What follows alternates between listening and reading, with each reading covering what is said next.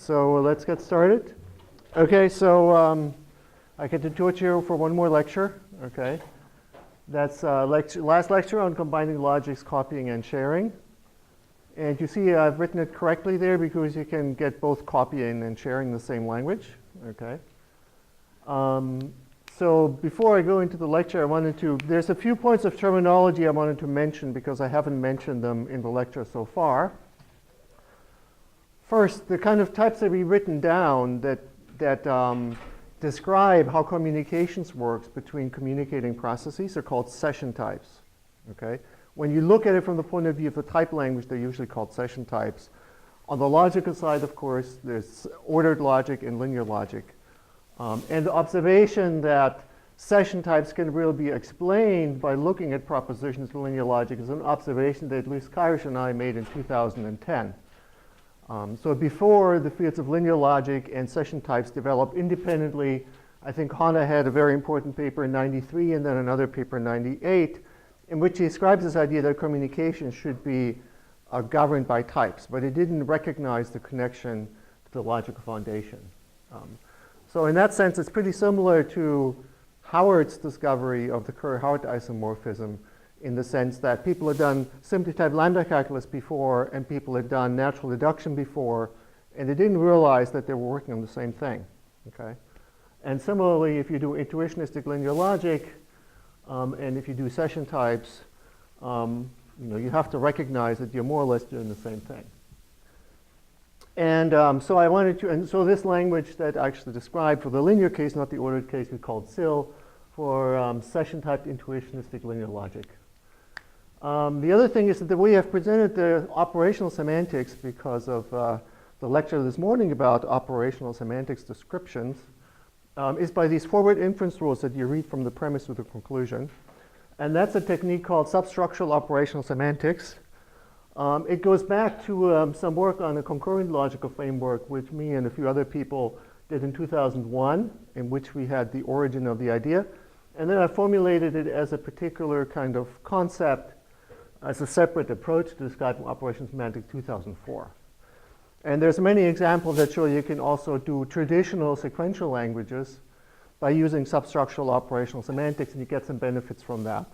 So one of the benefits is, for example, that in structural operational semantics, the way that Bob did it, for example, if you want to add state store to your language, okay, mutable store, you need to change not just an expression goes to an expression, but some store together with an expression goes to some other store with another expression. Okay. In substructural operational semantics, the store is simply part of the context that you're doing inference on. And the rules that you already have that don't affect the store are independent of the store, you don't have to change. Okay, so it was basically a quest to get some modularity into operational semantic specifications that got us there. Okay, so I just wanted to see the keywords. So if you hear substructural operational semantics, you recognize what it is. I mean, because you've seen it for all these lectures, I just haven't called it that. Okay, so this lecture is a little more tightly scripted, and we'll see where we get than my other lectures. So we'll see if we get there. Okay, so the first point is a point about asynchronous communication. So in the pi calculus, which is a big formalism, of course, for describing concurrent systems, there is a real difference in expressive power between the asynchronous pi calculus and the synchronous pi calculus. And that's a result by Katusha Palamidesi. It shows that there's no way to simulate the synchronous one and the asynchronous one. Now that result does not actually carry over to our type setting here. So if you type the pi calculus using session types, or conversely, if you just take linear logic and you give an operation interpretation to the proofs the way we have done it, and you program in SIL, then actually you can go back and forth between synchronous and asynchronous communication. And I think that's a very important observation because it only holds for the typed case. And so I wanted to show you how that goes because it's actually, in some ways, a very cute trick, and it took me a long time to realize that. So I wanted to show it to you. So the basic idea of the synchronous rule is like this. So this is substructural operational semantics. So I'm staying in the subsingleton fragment. So we don't have channels. Everything is ordered for now. Okay. So we have a process that sends a label k to the right and then continues at p. And to the right of that, we have a process. Okay, so for this to be well typed, what does this process need to do? It needs to do a case. And it needs to do a case because it's looking to the left for a message. Okay, and it's going to do something like, let's say, label L. I go to Q sub L, and that L is drawn from some index set. Okay, so that's the situation. And then we transition to a state where this process here is just executing P. And what's this process over here executing? Q sub K, right? Because it got the label K. All right. So now I want to do the same thing, but I want to send the message so that P can continue, okay, before the message is received. And I want to express this in our language, and I want to do it in a statically typed way. So that's what I want to do. So at first, you might think that's kind of impossible. Okay, but there's a trick. So if you have never seen it, okay, you probably won't be able to guess it. But here's what I'm going to do. So actually, I'm going to write it over here. Okay, so I changed that first process. And I leave the second process alone. And the reason I'm leaving the second process alone because it's a property of the sending that it's asynchronous. Okay, so receiving is always synchronous because you have to wait until you get the message. So there's nothing happening there. Okay, but the sending is asynchronous. So I want to do something here. I want to write a different process, which has the property that it eventually behaves like this thing over there, but P can can start its work before the message is received. So I don't know if anybody here can see how to do that with that setup. Yeah, so you have to spawn a new process, okay? Because spawning a new process is the only way you could do something that's not communication. So what kind of process did we spawn?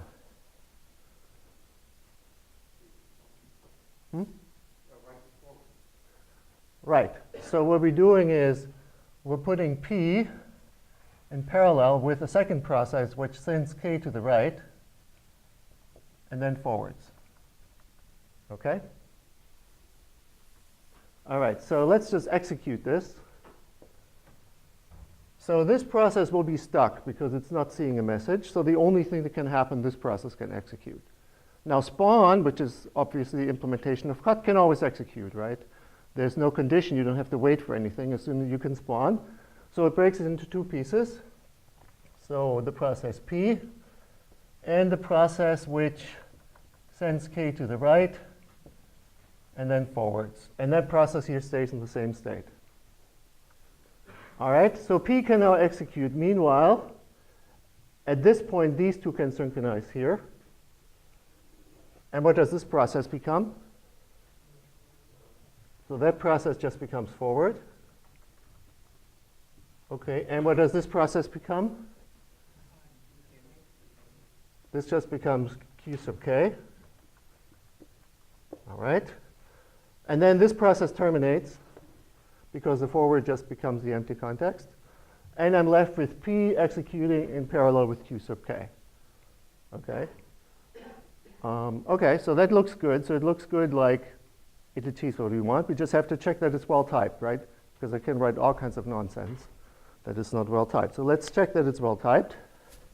How do we do that? Well, we write down the interface types for everything, right? So what's the interface type here between these two?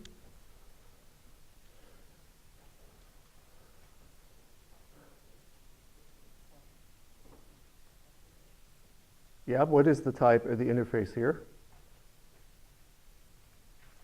Okay, we have only two constructors for types, okay? Internal or external choice. Is that an internal or an external choice? It's an internal choice because we send to the right. So it's an internal choice between some labels L, and then you continue as type A sub L. And L better be drawn from the same index that for this to be well typed, okay? What's the interface type after the step?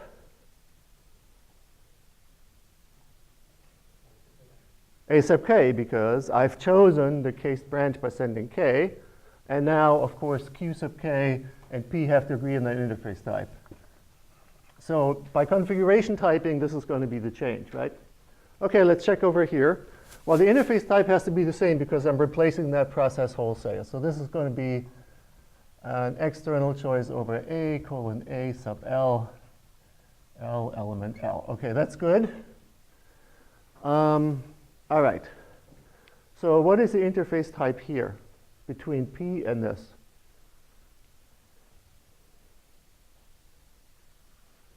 We can just read it off over there. If you did it correctly over there, what must it be? Must be A sub k. And what's the interface type between this process and this one here? Because this process evolved, the right-hand side needs to stay the same. So this interface type between these two still needs to be that same external choice. So the type here needs to be this between L colon A sub L, L element L. OK, and then when this send synchronizes with this receive, what is the interface type here? A sub k, because this selects the kth element. So this is just an ordinary receive. The interface type here will be A sub k, which is good because that means the forward would be well typed. And that we can make it disappear and plug these two things together here because they're the same type. So all I would need to check to make sure that this all works, make sure that r.k followed by forward has the type. It takes an AK from the left to an internal choice over L, A, L, element L on the right. Okay, and that's a little two-step derivation that you can check yourself. Okay, because what this says is if you send a K, then you afterwards have to satisfy A sub K, and then the forward just matches up those two. So we can easily type check this. Okay, so this means that in principle, we can very easily rewrite any program, and we can decide for every point whether we wanted to communicate synchronously or asynchronously. We'll write this piece of code if we want to communicate synchronously, and we write this code if you want to communicate asynchronously. Okay. In practice, in the implementation, we don't actually do that, okay? Because there's also a way to go the other way around, okay? You can also take your semantics to be asynchronous communication, and within the asynchronous communication, you can make it synchronous. And essentially, the way you do that is that you require an acknowledgement that your message has been received. And because, from a practical perspective, asynchronous communication has to be implemented this way. I mean, synchronous communication has to be implemented this way. What we do is we stick with the same syntax, but we always treat it as if it were written like that. Okay, so that's the implementation. So if you play with a concurrency not implementation, then this piece of code over there will behave kind of like this one. Okay, it will do asynchronous sends. Okay, so now the question is if that also works for the case where you work on multiple channels. Okay, and it took me a long time to see that because when you work with multiple channels, so if you're in the linear case where you have a bunch of things on the left and just one thing on the right, it's harder to see. Okay, but let's see if we can figure that out too. And I don't want to spend too much time on it, but I think it's significant to see how that works. Okay, so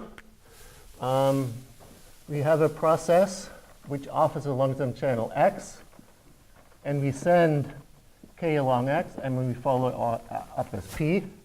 And then we have a process here that offers along some Z, which we don't actually care about. We do a case not left, but we do a case on X. And then we have L goes to Q sub L over some index set L. Okay, so that's the situation there. What is the situation after the transition? What does this process evolve to? Process X, and now we're going to execute P, right? Well, after the communication, when we did the send, we're going to continue as P. And this process Z over here, what does that execute? Q sub K, right? It's just as before because we send the K along X, so we receive the K, we select the branch K, we get Q sub K. All right, it looks very similar, okay? So now the trick is, how can we rewrite this program here in a way that works just like the one above, where we spawn a new process, okay, and hopefully get the same behavior. How do we do that? Okay, so that's a little trickier. So we don't want to change this process D over here.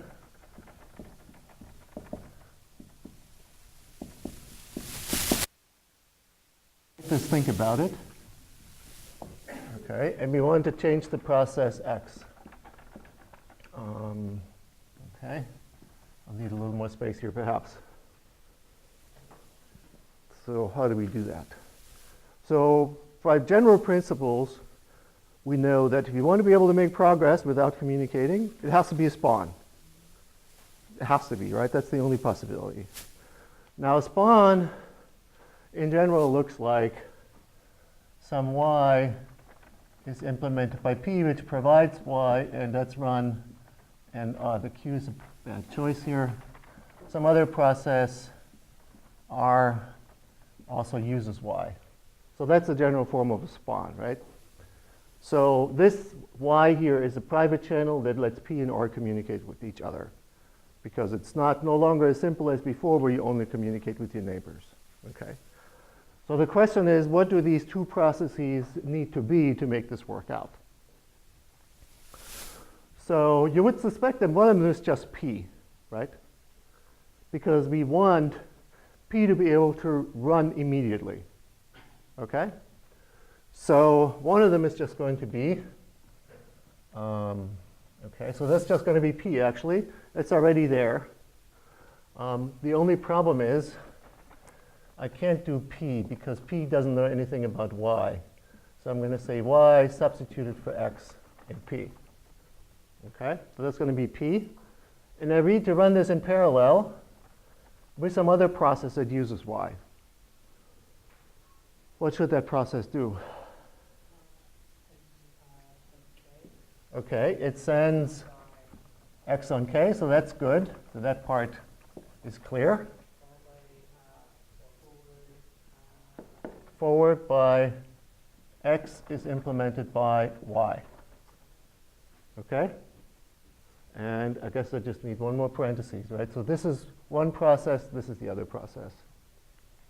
Okay? So in order to see what that actually means, let's run it for a step.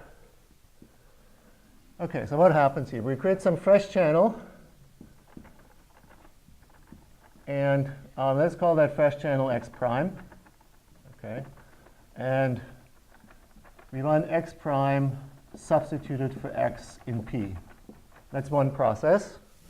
The second process that will be spawned here is a process that offers on x, because that's our continuation here. And it sends k on x. And then it forwards x. From then on, x is implemented by x prime. And this process is just copied over. It doesn't change. Okay, does that make sense? So x prime has to be fresh here, because when we do a spawn, we have to create a fresh private channel between the two sides. So this will behave exactly like process P, because we've only renamed it. And what will this do? Well, it can interact with that process. If it interacts with that process, what will happen? What will this evolve to? X is implemented by x prime, right? It actually, this message is received by this, and we're just left with the forward.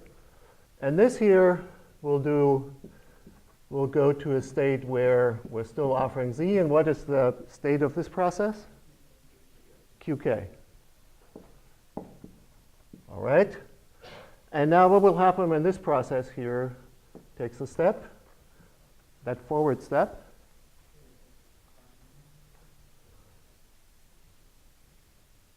So before we just terminated, now we can't just terminate, but we have to rename x in the rest of the configuration by x prime. Anybody who's trying to talk to this provider along x, we're telling it, talk to x prime instead. That's what the forward does. So this terminates, but we also substitute x prime for x. That's not so difficult to do because things are linear, so there can only be one place where x prime is actually used. And that should be in q sub k because it uses x. Continuation uses x. So this process over here becomes z x prime substituted for x in q sub k. Okay, so now what's left is this process here and this process here. And what do you notice if you compare them to the original processes?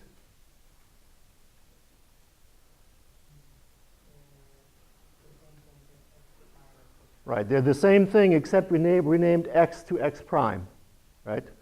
And so since we did that in the whole configuration, really, this is just an alpha variant of the thing over there. So we get the same answer, okay? So yes, it works, okay? And if you look at it from a logical point of view, what we did is we took a proof, which was the one over there, which corresponds to a little proof here, and we inserted one cut and one identity. Okay, and the cut and identity will cancel each other out, but they change the operational behavior by allowing that message to become independent and flow, and you can continue with P without waiting for it to be received. Okay. So when I discovered this, which was a surprise to me, I found this really elegant because it means that already, even though we prescribe synchronous communication, we can use asynchronous communication if we want to. And again, in the implementation, the operational semantics that describe, this is the syntax, this is the semantics, okay? Because you want to really implement asynchronous communication. Proof theoretically is also something very cool. We take one proof, we insert a cut and identity rule, we get a new proof, and that behaves better because it gives us more parallelism, because P can continue before the message is received. So we get more efficient programs. So that's a very logic-driven optimization. Okay, and so of course I'm doing it only here for the internal choice, but it works for all the other constructors as well. Okay, so you can do the same trick. So I'll show you how that works, what that means in practice for a particularly simple type that we already know a lot about. If you have a list with elements of type A, that's going to be an internal choice between nil and then we stop, or cons, and I'm going to do the linear case now, so the tensor here is actually correct this time, okay? And we behave again like a list, okay? All right, so if we offer on this channel, we send a bunch of messages. So we send, let's say we want to send a cons, an x, a cons, and another x. What will actually be the state if we do that? Okay, so the state will be something like this. So we will have a process. So we start with x, which has type list of A. So on x, we send a cons. And then from then on, x is implemented by x1. And then we have a process that implements x1, which sends along x1, like say an A, which has type A. And from then on, x1 is implemented by x2. And then we have a process x2, which sends along x2, nope, sorry. To be type correct, we say x2.cons. And then from then on, x2 is implemented by some x3. Then we have a process, let me do one more case, x3, and send on x3b. Okay. And then x3 is implemented by some kind of x4. Okay, so when you actually write down the operation semantics, we use a different predicate here. And the reason we use a different predicate here because we don't want this rule that spawns a new message to still be applied here and then spawn another message after that. Okay, so they're typed just like processes, but they're actually called messages.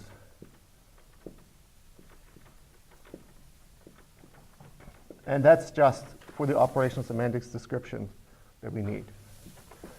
And you see, so the new process that's being created over there as part of the spawn turns out to be just the continuation. And these things together actually form a message buffer. So this is a buffer, okay, which at the left end has x and sends along x. I'll write it like this: a cons followed by a, followed by cons, followed by b. And then at the end, we have a channel at the end, which is looking at the other end of the buffer. Okay? So if you send further messages, we're going to send them on x4. They're going to be added to this queue here. And if we read from this buffer, read from x. Okay? And this is just a shorthand for these bunch of messages. And I don't have to worry about inventing typing rule for these things, because I know how to type messages. So this is just a shorthand notation. Okay? So we actually get a buffered semantics for free out of the logical explanation of what we're doing here. And you can, in fact, you can look at these types and you can calculate the size of the buffer that you need in order to implement it. And our implementation actually does that, so that we don't allocate huge amount of space for something that needs very little. In this particular case, unfortunately, this particular type requires an unbounded buffer because there's no guarantee that the recipient will read any of the messages along x. Because this is what we call a purely positive types. You keep sending, sending, sending, and you have no bound in the size of the buffer. But for most types that you actually work with, you can calculate an explicit bound. So let me give you an example.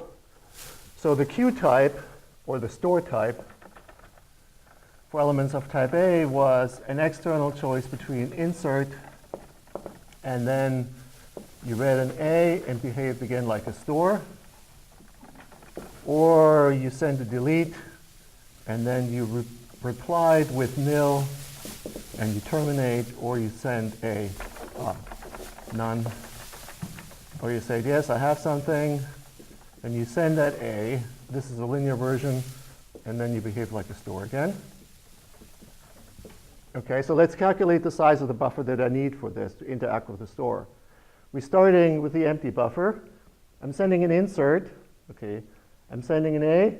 Again, behave like a store. Oops, it's unbounded. Okay.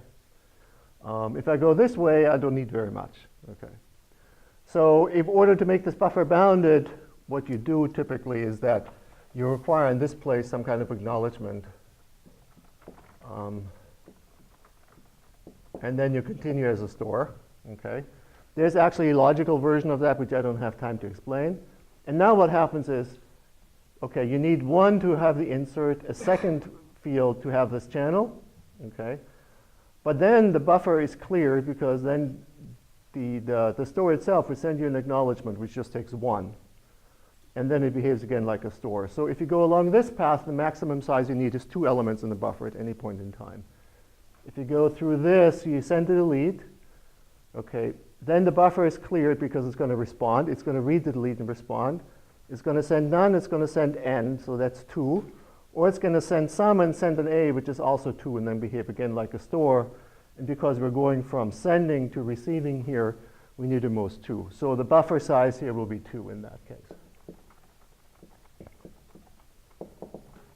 So we can implement a very small buffer for interacting with the store in this manner. Okay. Okay, so I wanted to show you this because I think it's important when you write programs to keep in mind that actually sends are asynchronous, messages are being buffered, but we're completely still within the realm of the logic, so we don't have to leave that. Okay, other questions on that before I change gears? Questions? Okay, good. So let's talk about structural logic. Okay, actually going to do a little bit backwards from what I wrote down there.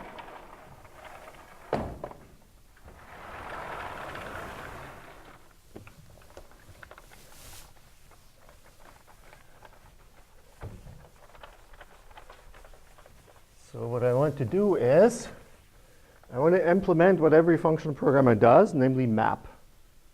Okay? All right, so map would be specified like this. The map,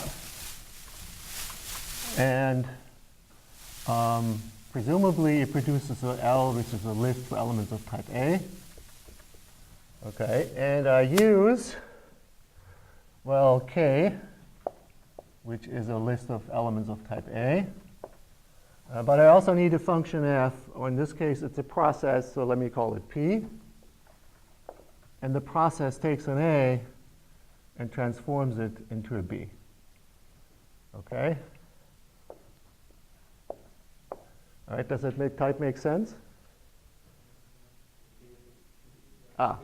It makes no sense. Okay. I have 100 type checkers here, which is very good. Okay. Now it makes sense. But now you're immediately suspicious whether I can implement this. If you're not, then you haven't been paying attention for the last 3 lectures.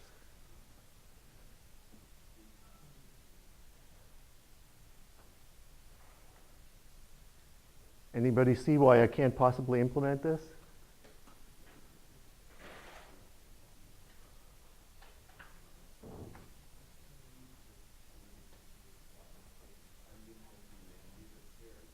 Yep.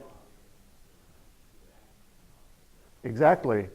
Because if we get the first element here and we take that and pass it to that process A and we get back a B, the process disappears because everything is linear. So what do we do with the second element? Well, nothing to do, right?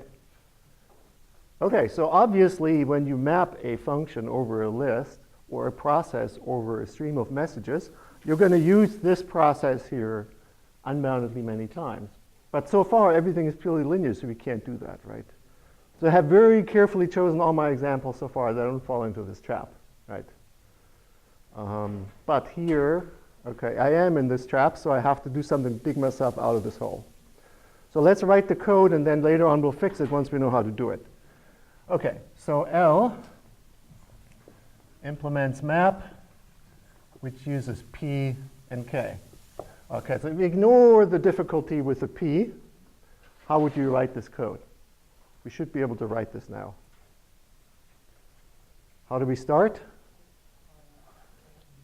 Yeah, so we do a case on the message received from K. There's 2 possibilities. It could be a nil, or it could be a cons. All right, if we get a nil, what do we do?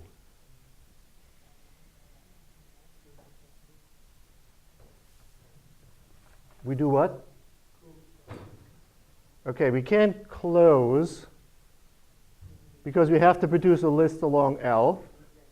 And to remember the type list, we have to send the label nil.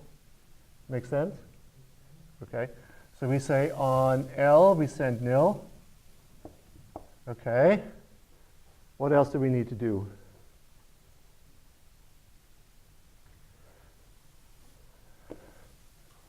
Okay, we need to close L. You still with me? Because after we send nil, we are of type 1. If you're offering a service of type 1, you have to close it. Now, you get an error message from the compiler saying what? Yeah, we have to wait for K. And we better do this before we do all that. So we wait for K to finish. Because K has type 1, but it's still in the context. And then L.nil and close L. All right, that piece of code is still incorrect. Because we still have P here in the context, right? And the context needs to be empty before we can close. So we need something here that gets rid of P, right? Everything is linear. And if things are no longer linear, then we have to see what we're going to do here. But there is a problem about P here. So in a different color, we'll put here, do we need to do something about P? Okay? Good. All right. If we see a cons, how do we proceed? So if we see a cons along L. Oh, sorry. K. What do we do next? We receive the element. X is what you receive along K. So now K is back again to list, right? Because you have actually look at the type. You received the cons. You received the A. Now it's again a list. Good. So that'll allow us later to make a recursive call. Now what do we do next? So we like to send a cons, but we don't have the B yet. So we want to send Okay, I'm going to leave some space here because I'll need that later. Send to P the element x. Right, so we send x, which has type A, to P. That will turn P into a B, because P will actually receive that, and instead of returning a B, it will, after it receives the A, it will behave like a B. Right? Okay, so we get the B back, which is excellent, because now we can send on L the cons, and then we can send on L, send on L the P itself. That's pretty scary, right? Our map function was just send to L, okay?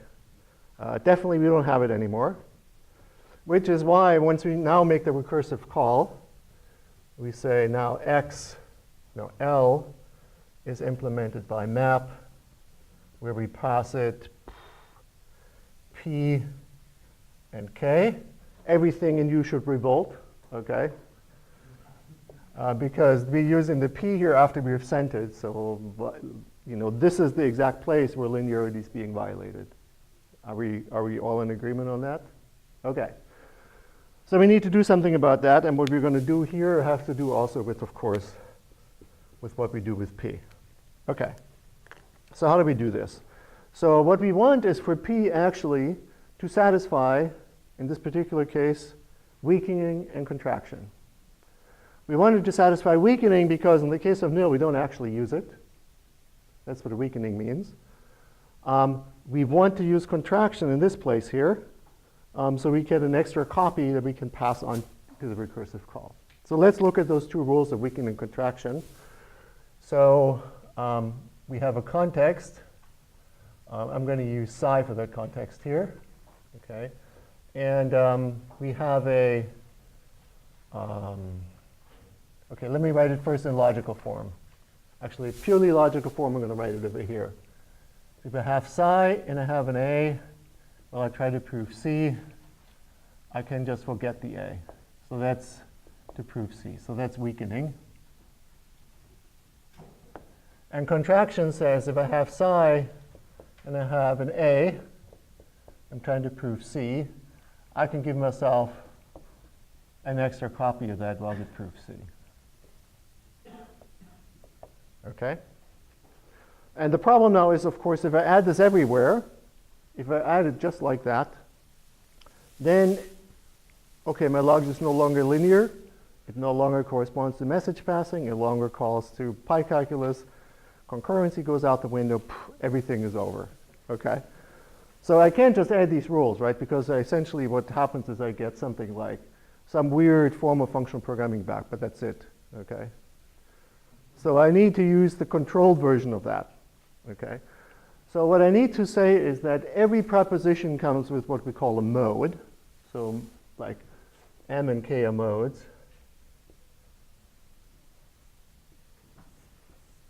And some modes allow weakening and contraction. Some modes allow both. Some neither, and so on. And so what we have is the structural property that mode M allows is going to be a subset of weakening and contraction.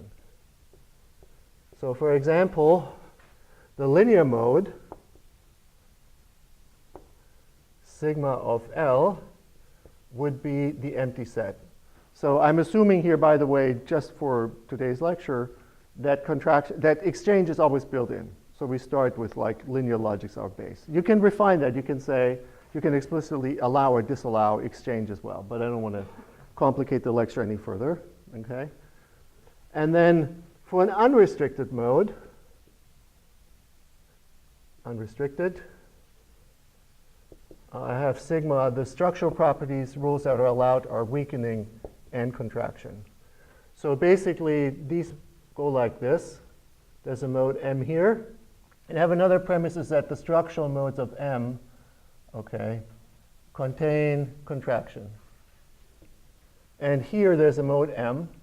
And I say that the structural properties allowed for mode M contain weakening. Okay? So every proposition knows whether you can apply weakening or contraction to it. And the rules are restricted so that you know that that's actually adhered to in the derivation. Okay, does that make sense so far? Okay, if not, ask a question at this point. Okay, so now what actually happens is that the language of propositions is going to be stratified into different modes. So we have some unrestricted proposition A, and we have some linear propositions L. And you can think of them as types, of course. These are unrestricted types, and these are linear types. And what are the linear types? Well, these are the ones we have seen. There's like 1, A linear tensor, B linear, internal choice, or external choice over L, go on A, L, L, and L, and so on. Okay. And then we actually have like a complete copy over here. This is a linear one. This is an unrestricted one. This is an unrestricted A. And now, for reasons of my own, I changed syntax. Okay. Instead of writing it like that, I write it like that. Okay. And then this is going to have the same notation because these two things correspond exactly to each other. So I don't need to invent any notation. But here we have processor takes A as an input and behaves like a B. That becomes a function that takes an A and returns a B. Okay. And then some more things, perhaps. Okay. So that's all well and good. But the interesting part now is that I need to connect those two layers up with each other. I can't just write them next to each other because types need to mention both. So I need to somehow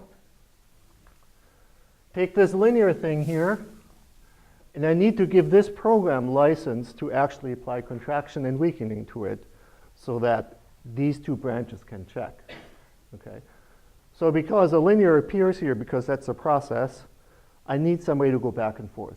And these are the so-called shifts. So here I have an upshift from linear to unrestricted of some proposition A, which is linear. And you have a downshift, okay, from something with unrestricted to linear of something which is unrestricted.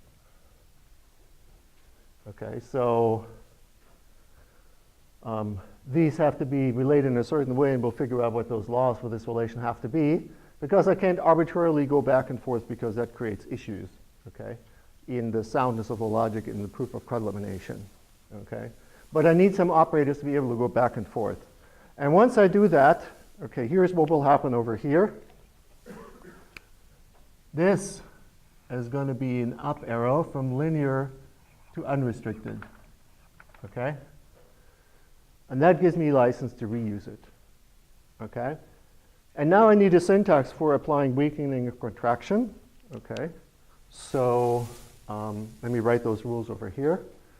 So the weakening rule looks like this. If I have psi and I have an x colon a, m in my context, then I can drop x and continue as p if in psi p, and the thing over here I don't care about. Okay, and the condition here is that weakening is in the structural properties that the mode M allows. Okay. Okay, so then I complete this program here and say we drop P, and then we continue. Okay, does that make sense still? Okay, so all that the drop X does is, remember, I can only terminate when the context is empty. I can only do forwarding or termination when the context is empty.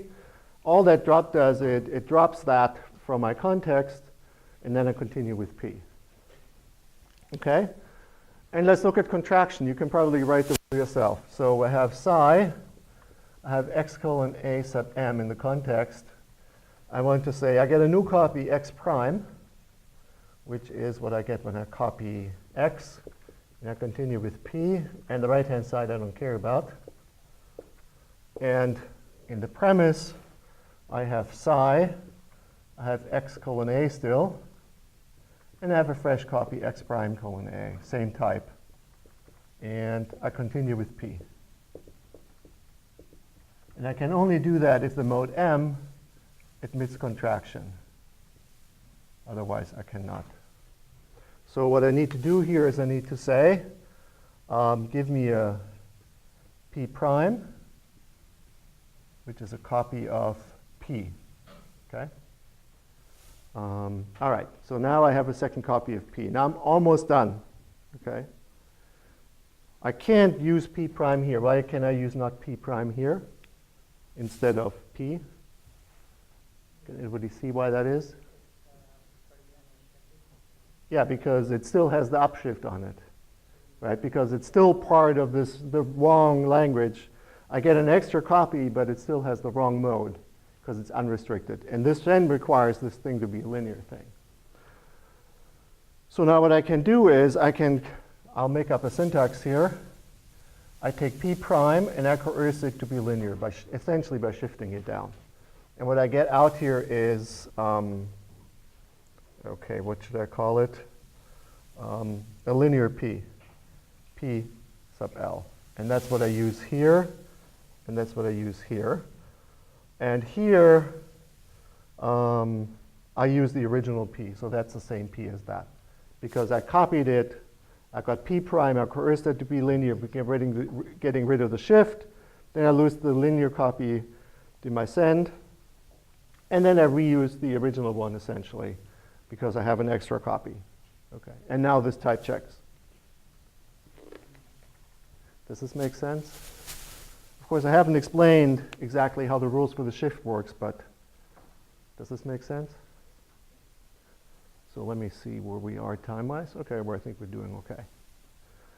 All right, and in fact, you can do this in a much more general way. You can have many different modes. You don't just have to have linear and unrestricted. You can have mixtures of things. You can make up many modes.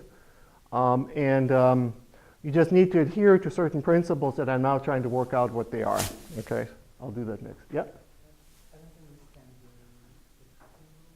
The copy rule, okay. Are you asking about how it actually operates syntactically? Okay. So from the operational semantics point of view, no, because if you read it down, it looks like contraction, but if you run it, it's like a copy. So instead of having one A, you have two A's in the context. And so essentially what happens here is that there is a process that offers A sub M, okay? And you're telling this process here, create a clone of yourself. Clone yourself so I can talk to your clone at X prime, okay? So now I can use it twice because there's two different processes running. Okay, does that make sense? You see how this violates linearity, right, over here? Because I take one A, I get two of them, which is what I'm not allowed to do. So this copy says I have one X and I get two of them. And I keep one of the same name just for convenience. And the other one is an extra copy. And it's be a clone of whatever this does. So this has a copying semantics in the operational semantics. Okay? Okay, are we doing okay here? If not, please ask.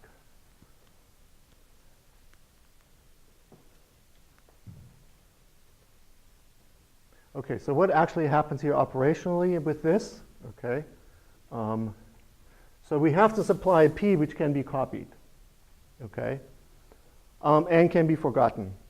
And then we say drop of P gets forgotten, and here it gets copied, and then the copies are getting used. Okay, and this thing has to be copyable. It can't be something that we cannot copy.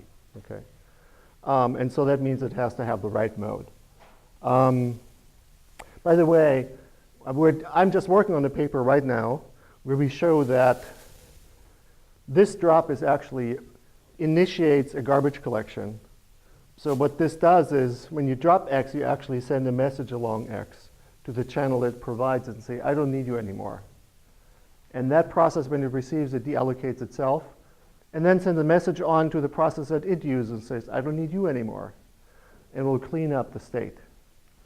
And what this rule does, where you copy it, it means that you increase the reference count. You actually don't really copy it. I was lying to you, okay?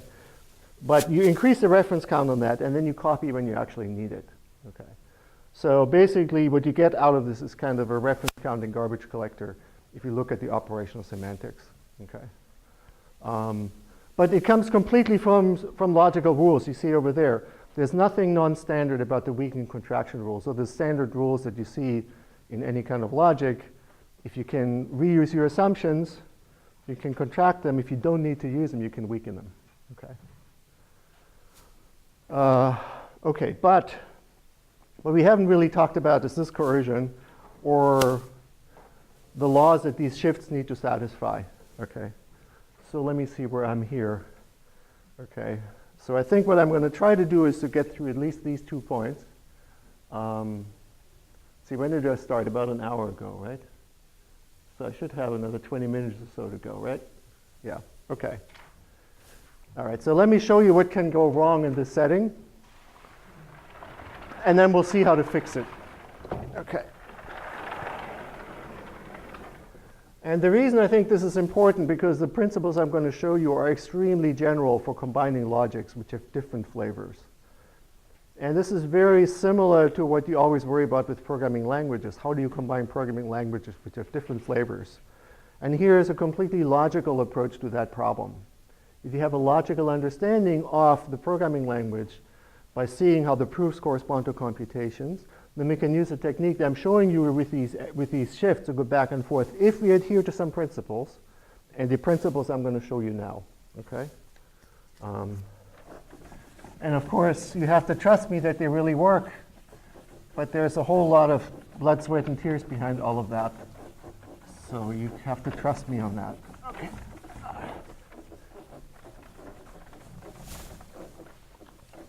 All right. So what I'm going to do is I'm going to show you what can go wrong so we can analyze that and see what the problem is. Okay. So what I want to do, if you're not careful, then suddenly on the linear side, contraction becomes admissible. And that's very bad. Okay. So I want to show you, if you're not careful, then the following can happen. If you have a linear proposition, and I'm to prove a linear proposition, nothing unrestricted in it at all, okay, then I can reduce that to proving with 2 copies of A, C. Okay. I'm going to give you a little proof here that that's the case. Okay. Obviously, this is a very bad situation because it's not actually really linear anymore, if that's the case, right? Okay. So how do we do that? Okay, we do that by cut. Okay, obviously. There's not much else we can do.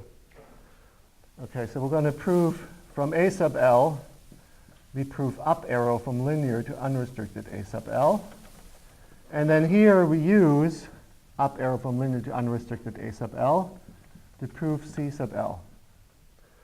Okay, now, because this is unrestricted here, this is an unrestricted proposition, right? It has mode U. This is linear, but the whole thing is unrestricted. I'm going to apply a contraction to that. So I get 2 copies. Up arrow A and up arrow A. And both of these, of course, are unrestricted still, and I'm trying to prove C sub L over here. But now, this means I can use this as often as I want. In particular, I can just forget. I can just use it once. I get A sub L back. And, okay, I miscalculated by 1 line. Okay, up arrow L, U, A sub L, prove C sub L. And then I can drop this also as well, and then I can do that. So this is contraction. This is the up left rule. This is the up left rule. This is a cut on the proposition up A. And we haven't done that part of the proof. But you can see how this part of the proof works, right? If I have this unrestricted, I can duplicate it. Then I forget that I can use it as often as I want. Just use it once instead, and I get that. Can I prove this? Well, okay, well, I can just prove it like that. And that's just the identity on A sub L. All right. So if I'm not careful, okay, then suddenly contraction becomes admissible. My logic is no longer linear. Okay? And that's sort of the same phenomenon if you take 2 arbitrary programming languages and combine them. It won't work. Okay. If you take two arbitrary, well, these aren't arbitrary logics, but you can't just combine them in an arbitrary way. You need to be careful of the structural properties. So where is the problem in all of this? Where is the exact spot where the problem occurs? Okay. So that problem, the exact spot where the problem occurs, there's more than one to actually analyze this, but I'm going to say it's right here. Okay. So the problem is that we take something which we can only use once because it's linear, and we use that to prove something which can be used arbitrarily many times. And we use that here to use it twice. So this particular sequence here is not well formed, okay? Because it uses something linear to construct something which is unrestricted and can be therefore duplicated, okay? And that's why in this logic, if you do it like that, cut elimination will fail. You will not be able to eliminate this cut. But as a programming language, it's useless because linear assumptions aren't actually linear. What you really want is that the combination of the two logics, when you just put them together like that, is conservative over each side. So in fact, if you don't use anything linear in the unrestricted language, then it should work just like any unrestricted language, just like functional language. If you don't use any unrestricted in the linear case, it should just work just like the linear case. You shouldn't gain or lose anything unless you start using the shifts. And then you hopefully gain some expressive power, like in this example. Okay. So what we need here, and this is really critical, we need here the declaration of independence.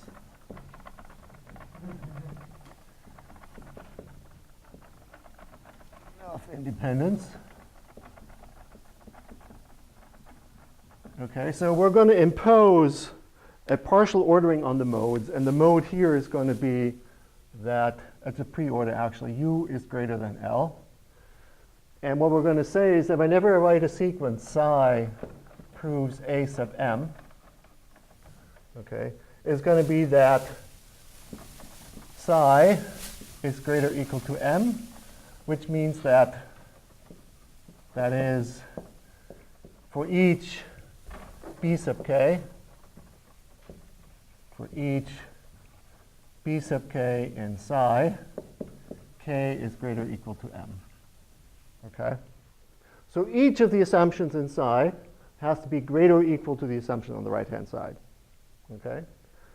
And so you cannot depend on something that's not explicitly allowed to depend on by saying that it's greater or equal. So linear can depend on linear. So that's OK because they're equal. Linear can depend on unrestricted because unrestricted is stronger than linear. But the other way around is not possible. You cannot have something unrestricted that depends on something linear. We rule that out. That sequence is not well formed. We don't allow it. It can't appear at all. Okay. Okay. We need to get the Constitution.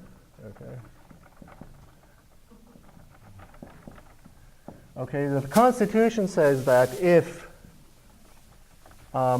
k is greater or equal to m, then the structural properties of k must include the structural properties of m. Okay. So in this particular case, it's true because u is greater than L means that for the u we get weakening contraction, and for L, for the linear one, we get the empty set. So it's true. Okay. So that prevents us, in particular, we can't say that L is greater than u or even greater or equal to u. So that's impossible because it would violate the Constitution. Okay. All right. So we declare this relation, greater or equal to, and then we declare that the only sequence we consider is with the kind of dependency to allow. And the Constitution enforces that the greater or equal has to be consistent with the structural property that we allow. As soon as we do that, the system will be consistent if we get the right rules, and everything will work out. Okay. Now, it's a little hard to see that everything will work out. But let me show you the rules. Okay. Yep.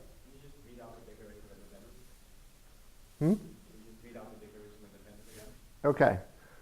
if we write a sequence psi entails a sub m, then it must be the case that psi is greater than m, which is the same as saying for every declaration of mode k, k will be greater or equal to m. Okay, so that requires. So in Martin Love's terminology, this is a presupposition. Whenever you write down the sequent, okay, it must be the case that this holds. You don't consider any other sequence. They're meaningless. Okay. So in particular, this sequent here is meaningless because we have something linear on the left-hand side, something unrestricted on the right-hand side, not allowed. Okay, makes sense? So whenever we do the derivations, we need to make sure that we don't violate the Declaration of Independence. Okay? And when we give our ordering, we need to make sure that we obey the Constitution. Okay? So those are the key ideas that make this work. And it's an extremely general observation. There's a paper by Dan Licata, actually, who lectured earlier this week, that basically says that you can combine logic in this way with these shifts. And he has example, an ordered logic, a linear logic, a non-associative logic where even the context formation is non-associative, logic of bunch implications, modal logic S4, modal logic K, monads, comonads, and so on and so on. So it's a very, very general principle for combining logics and insulating the logic in such a way that the bad things don't happen. These two things have to be satisfied, then you're in good shape. Okay? Yep? Can you sample the name of the paper? The name of Daniel's paper? Yeah, so it's just look at his homepage, it's the paper at the top, Licata. I don't remember the title, but it was from 2017, and it's going to appear at FSCD this year. Okay. And I'm working on a separate paper on the operational semantics for this. Okay. Okay.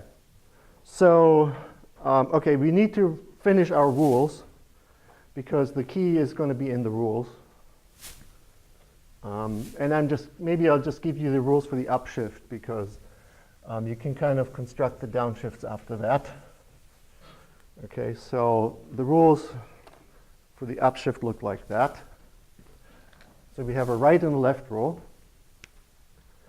So the right rule says we have a psi, and we're trying to prove up from k to m of a sub k. And then the premise will be a sub k. So that's the up right. And the up left rule looks like we have a psi, and we have as part of that up arrow from k to m, a sub k, and on the right hand side we have c sub r, and then we go to psi a sub k, c sub r, and that's the up arrow left rule. Okay? So the key is figure out what restrictions we need to apply on these rules so that the Declaration of Independence is satisfied. Okay? That's the key. So when we look at this conclusion, when we're trying to prove that, we know it's well formed. So that must satisfy. So what do we actually know? So let's write it in red. So we know here psi has to be stronger than, which one, m or k? When we look at only the conclusion. M, right? Because this is an M formula. This is a K formula which coerces it to an M. So psi is greater or equal to M. All right? Okay. Does that imply that psi is greater than K? Okay. And so this is because, which I haven't made very explicit, when we write up Km, a sub k, that means that m must be greater or equal to k. So we can only shift up to something that's greater. And when we write down from m to k, from a sub m, then we also say that m must be greater or equal to k. So the arrows always go in the right direction if we think about stronger and weaker. Okay? So because m is greater or equal to k, we also know that. So we know that psi is greater or equal to k by transitivity of this relation, and therefore this thing will be satisfied and we don't have to check anything. Okay, so from a logical point of view, it means that this rule is invertible. Whenever we're trying to prove that, we can immediately replace it by that. Okay. Now this rule here, let's see what we know.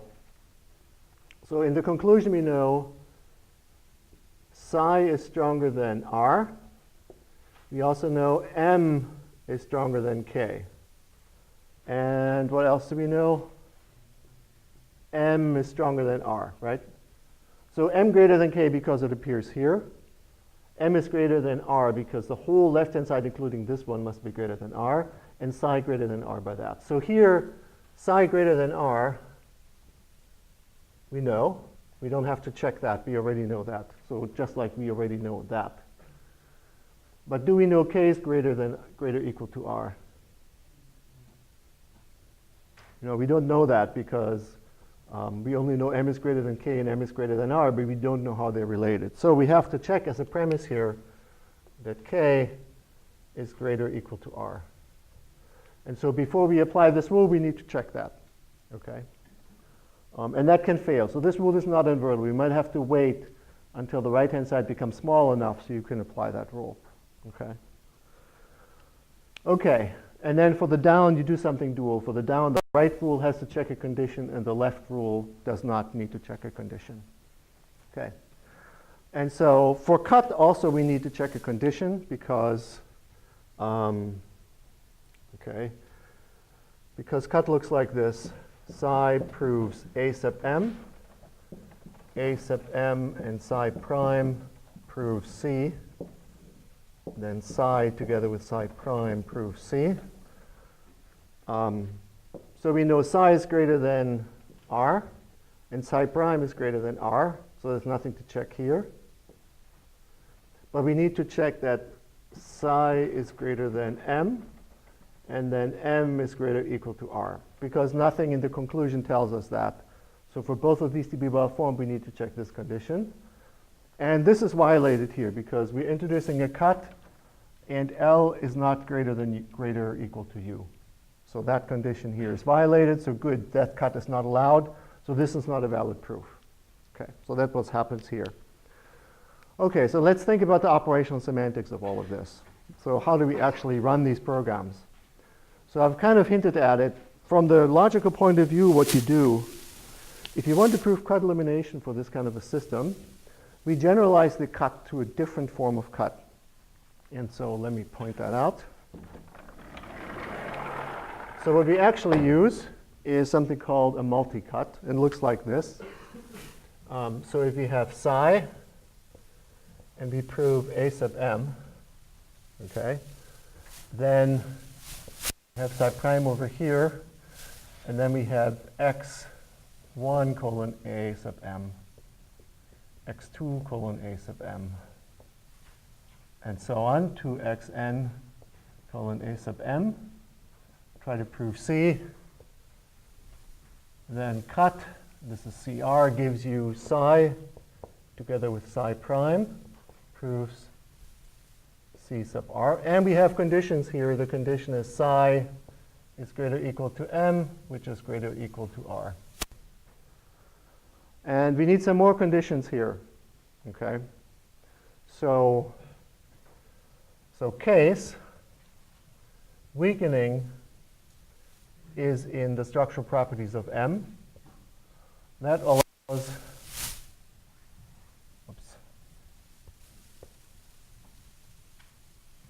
M equals, n, there are n things here.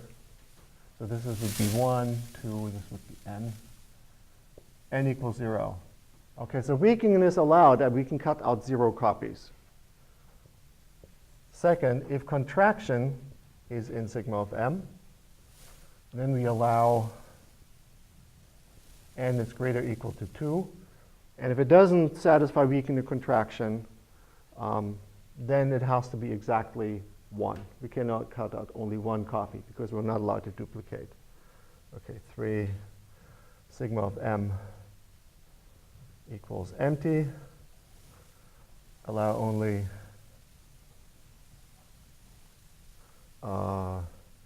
n equals 1. So n equals 1 is allowed here too, and n equals 1 is allowed here too. but it's the only thing that's allowed here. Okay.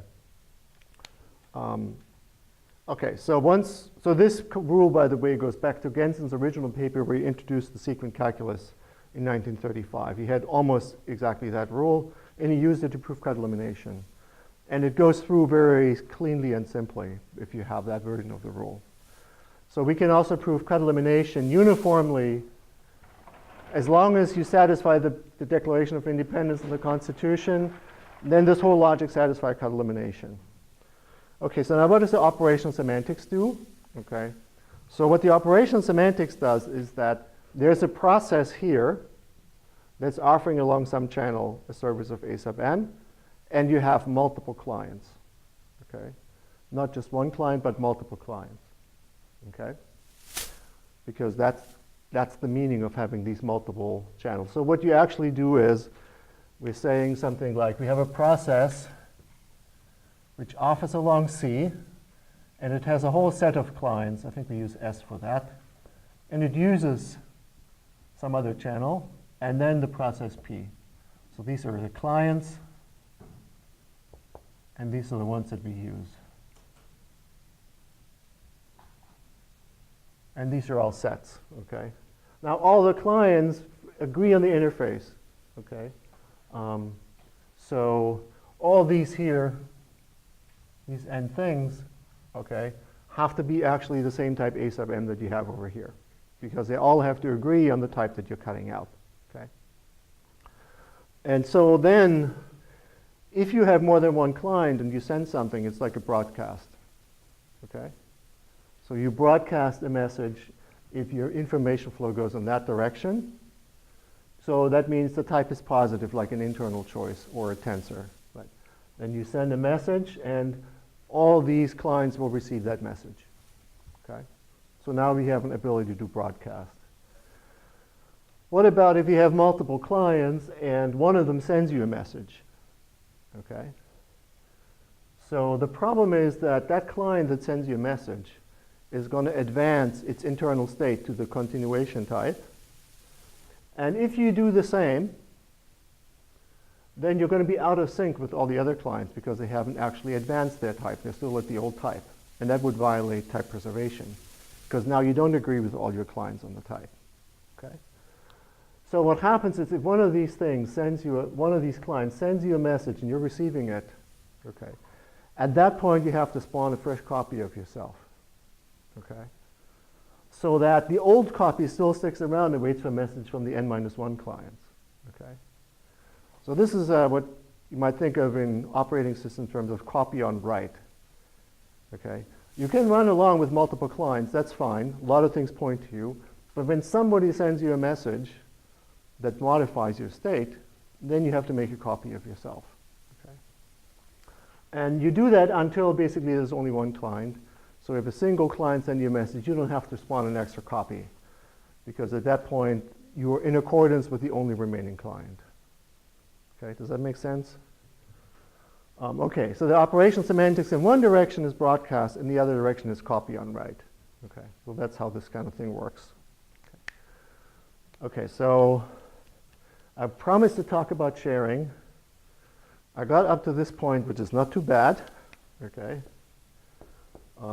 Okay, so I'll briefly, if you grant me 5 minutes, I'll talk about how sharing works. Okay. All right. So sharing, from the logical point of view, we're doing exactly the same thing that we did with S. So we're having a little, we have 3 modes: linear, unrestricted, which has a copying semantics,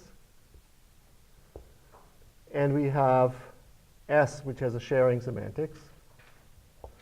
And so the sigma of this, so this admits weakening contraction, and this also admits weakening contraction. Okay, and this admits neither weakening nor contraction. And because both of them admit weakening contraction, they can refer to each other. So they're less or equal each other. You can freely use them because from the structural property point of view, there's no reason not to do that. Okay. So the semantics of this is what I already showed you. Okay, so the semantics of that is different. It is not entirely based on proof reduction. So what you do, if you want to get sharing, is that when you use the, okay, so if you use a rule like this, okay, so maybe I should make this explicit that this P here is unrestricted. So if P here was shared, okay, and you said make me a copy, that actually doesn't really make a copy in the sharing case. But what happens here, it gives you exclusive access to that resource. So you get a linear channel at which you can communicate with that resource. And then at the end, when you come to a downshift, you release it again. Okay. So let me do a brief example of that. And I can really only sketch it. By the way, if you want to read about sharing, look at the paper that's come out, ICFP 17. It will come out, but it's on my homepage already. That's my collaborator, Stephanie Balzer, and myself. Okay. So you have to read a lot more detail in that, but I wanted to show you how this works. So from the client perspective,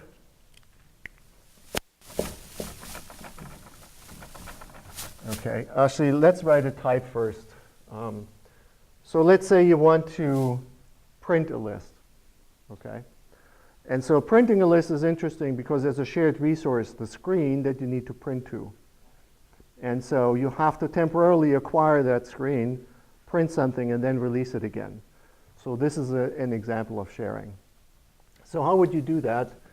So you would have a P, and it would be up from linear to shared, okay? And you give it an A. Okay, so the type of print is a little bit tricky, but here's what it does, okay? It actually has to give you back the A. Okay, so I should write that here. So the type of a printer is like this. The type of a printer is a shared type, where if you give it an A, it gives you back an A, and after that, it continues to work like a printer, so that you can call it again. Except that this doesn't work because this is going to be shared, and this type requires something linear, so you have to go down here from being shared back down to being linear. Okay. So this is the type of a printer. So P will be a printer, which is a shared type, and then K colon list of A's as before, and then apply takes an L, and it returns the identical list that's being reconstructed. This is a typical pattern. Okay. So now what happens in this piece of code is that down here somewhere, you take your printer P, and you don't actually copy it, but you coerce it to be linear, and you get some linear handle on that. That allows you to send to P the element X to the linear version. This is the shared version. Okay? And that gives you back an element Y, which you can receive from P sub L. Okay, that. And then you take the P sub L and you coerce it back to being shared, and you get some kind of a shared P back. Let's call it P prime. And so this is like an acquire. Okay, so you acquire that shared resource. Now you have a critical region in which you're the only client of it. You can interact with it. And here you release it. Okay, so at that point, it's no longer, you no longer have it, and you release it. And the provider of the service has to do the opposite. So this is from the client perspective. And the provider does an accept, which looks like this. I'm providing P sub L. I accept the connection along a shared channel that I'm offering. Then I'm in a critical region here where I'm offering P sub L. So this is, I accept the connection. And down here, I detach from my client, where I turn it back into a shared channel. And meanwhile, they're coordinated here, and they talk linear to each other in that critical region. So what you get out of that is sort of one system in which you can have shared and copying semantics. What you give up when you do this is deadlock freedom. Okay? So you have type preservation as always, but it might lead to deadlock because somebody might acquire a resource and not release it. Or you can implement things like dining philosophers, and you can get into deadlock situation. So when you use shared channels, that can happen. So in the implementation which you downloaded, these shared channels are actually supported, so you can actually write code that uses shared resources. So one of the examples is the dining philosophers. So you can actually run those. Okay. I think Max hasn't even done that yet. Okay. And there's one thing that needs to be true for this to work, which is that these types need to satisfy a property which is called equisynchronizing, which means that if there's a point where you can acquire the resource, then you get a linear critical region. When you release it, it has to be back at the same type at which you acquired it. And the reason you need that because you can have multiple clients of the shared resource. If you acquire it at one type and release it at another, you get a type error because the second client doesn't know what happened in between. It was just waiting for the resource to become available. Okay, so this will satisfy this. This will satisfy this restriction because it's defined recursively, and we're releasing it back at the time at the same type at which we acquired it. Okay, so the shifts actually just basically they're synchronized acquires and release pairs between provider of a shared service and a client of a shared service. And the logical rules are exactly the same because it's as for the unrestricted mode, because you can do weakening contraction and there's no problem with that. Okay. All right. Went a little longish, but still questions, comments, discussions? Yep. So what's missing to fully describe shared memory as you said in the first lecture? Okay, so you can describe shared memory as a resource that you can send messages to, where it says like, please write into that location that value, and then you can read it back out. So you can model shared memory in this language that way. But of course, you will get type safety that way, but you can deadlock if you try to access shared memory. That would be problematic. Right? Do you think there's a way to avoid deadlock with shared memory? Okay, so we're working on a system of trying to reason about these programs to avoid deadlock. But we haven't nailed things down yet. So there's some work on by Kobayashi. It's fairly advanced at avoiding deadlock in the pi calculus. And we're trying to see if we can adapt those techniques to this setting. Now the pi calculus compared to this one is fairly chaotic. Here everything is nice, well typed.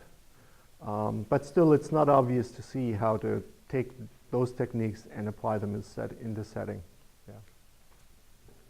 And then memory is just a service. Yeah. Okay, other questions or comments, points of discussion? Okay, so then let me wrap up by basically giving you the full tour, okay, from the beginning. What I've shown you at the beginning is that we start with an extremely small logic, which you call sub-singleton logic, in which order is prescribed, but you have one thing only on the left and one thing on the right. Then we can interpret the proofs in that, and we can put them in the correspondence with computation of a finite state transducer. So if you have a proof, you read out what the transducer is. If you have a transducer, you can read out the proof. Corresponds exactly. Okay. So that's nice. And then we have, I've shown you the generalization, what you might call a concurrent Turing machine, where you have multiple heads on the same tape working concurrently. And we can do that as well if we allow cut in our programs. And then we generalize beyond that to linear logic.